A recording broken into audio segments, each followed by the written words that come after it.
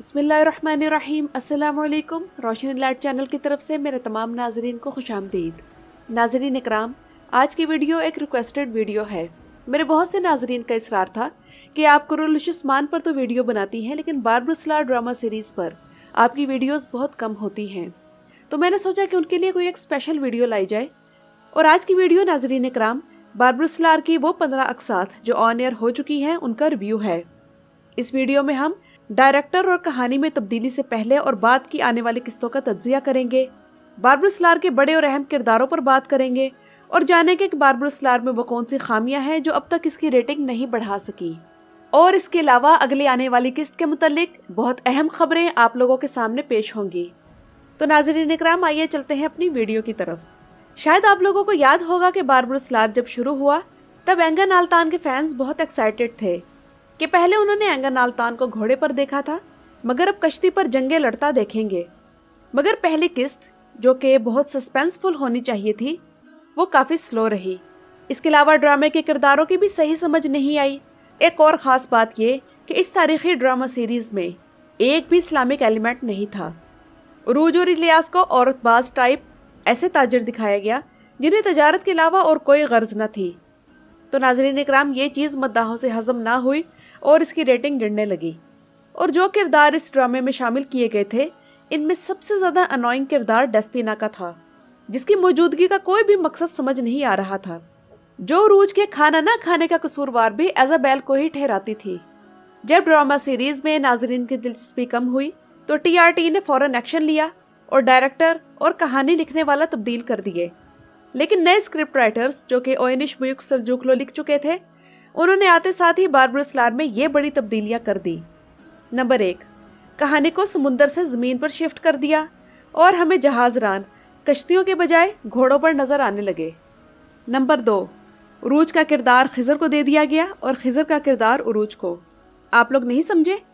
یعنی پہلی قسط میں الیاس کہتا ہے کہ عروج آغا بڑے غصیلے اور جلد باز ہیں، مرنے یا مارنے سے پہلے سوچتے نہیں، اور تاریخ کے قریب بھی یہی بات تھی، اور خضر کو انتہائی سمجھدار اور پلاننگ کے ساتھ چلنے والا دکھایا گیا۔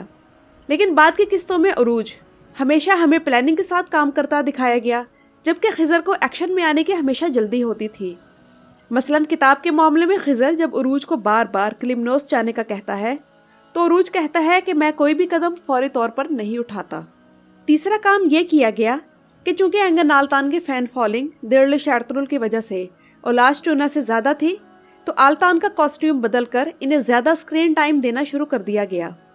اس سے آلتان کے فینس تو خوش تھے اور ڈرامے کی ریٹنگ کو بھی کافی سہارا ملا، مگر نقصان یہ ہوا کہ خضر کا کردار کم کر دیا گیا، جس سے ترکی کے لوگ جو خیر الدین باربرا کے کردار سے بہت زیادہ پیار کرتے ہیں ان میں غم و غصہ پیدا ہو گیا، اور نوبت یہ آ گئی کہ 15ویں قسط آتے آتے ریٹنگ 5 تک گر گئی۔ اور ناظرین اکرام، یہ ایسے اداکار کے ساتھ زیادتی بھی تھی جس نے 2 سال تک اس ڈرامہ سیریز میں کام کرنے کی پریکٹس کی۔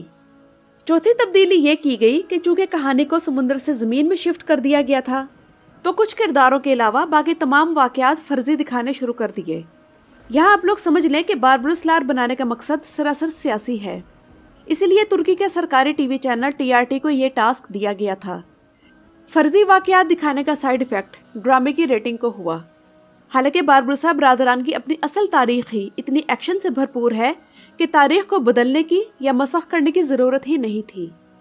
اس کے علاوہ ایک اور تبدیلی یہ بھی ہوئی کہ پہلے باربرا میں بھائیوں کی دعا اور نماز وغیرہ کے سین ہوتے تھے جنہیں بدل کر ذکر کے سین میں بدل دیا گیا، یعنی ڈرامے کا رخ صوفیت کی طرف موڑ دیا گیا۔ بہرحال اب اس ڈرامہ سیریز کے کرداروں کی بات کریں تو ڈرامے کے سب سے بہترین کردار ہیں عروج اور پیٹرو۔ یہ دونوں کردار ایک دوسرے کی ٹکر کے ہیں، اداکاری میں بھی اور پلاننگ میں بھی۔ جبکہ پیٹرو تو ایسا ولن ہے جو ہے تو ولن، لیکن ہمیں اس سے نفرت محسوس نہیں ہوتی۔ اس کی زندگی کے ٹریجڈی کو بڑے بہترین انداز میں پیش کیا گیا، اور پیٹرو ایک ولن ہونے کے ساتھ ساتھ ایک فلسفی اور شاعر وغیرہ بھی دکھایا گیا، جو اپنے ڈائلاگز میں کبھی اطالوی شاعر اور فلسفی دانتے کی کتاب ڈیوائن کامیڈی کے اشعار پڑھتا ہے اور کبھی زندگی کی حقیقتوں کو کسی دانشور کی طرح بیان کرتا ہے۔ اور عروج کا کردار تو ہے ہی شاندار۔ اینگن آلتان کی ایکٹنگ ہر لحاظ سے ہائی کلاس ہے۔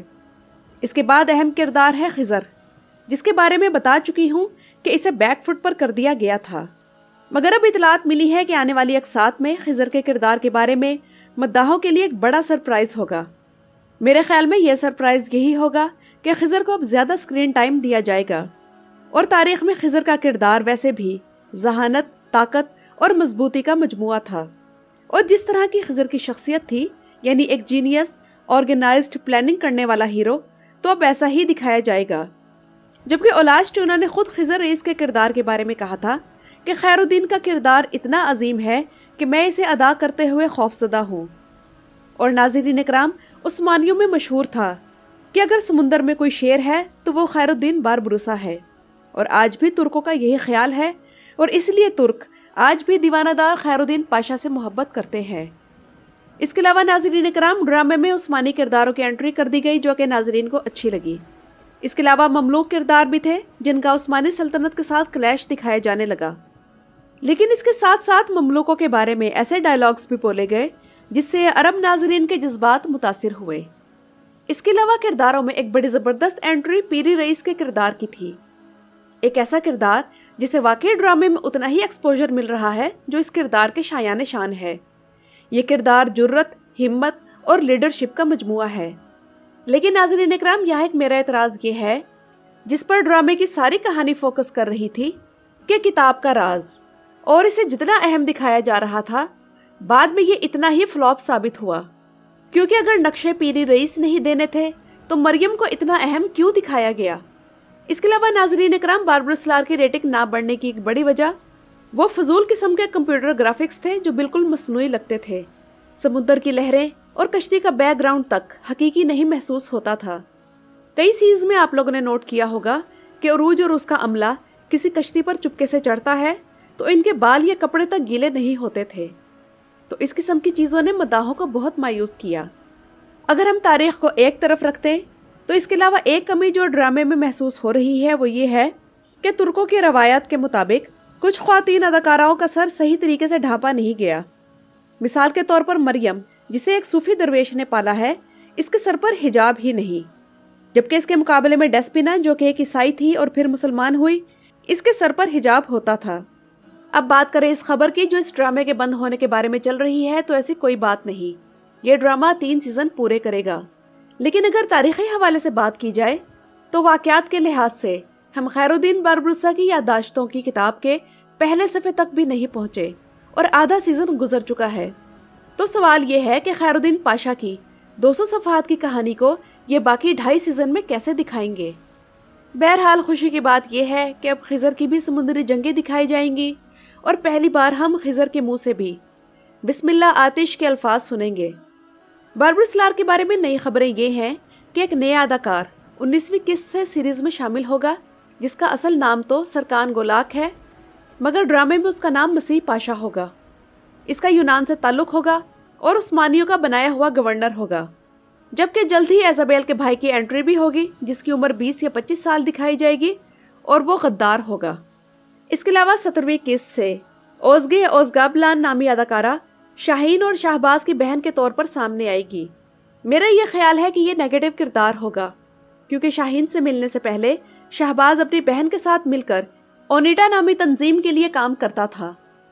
لیکن ان کے باوجود اگر کہانی اور واقعات کی بات کی جائے تو بڑی بہترین ہے۔ لیکن ایک موقع پر میرا دل ہی ٹوٹ گیا جب الیاس کو تلوار کے اتنے زخم لگنے کے باوجود زندہ دکھایا گیا۔ چلو زندہ بھی دکھا دیا تو خیر ہے، لیکن اگلی ہی قسط میں اس کی اپنے سے اتنے تگڑے پہلوان سے لڑائی بھی دکھا دی گئی، جو کہ اس دنیا میں اگر ہو تو معجزہ ہی ہو سکتا ہے۔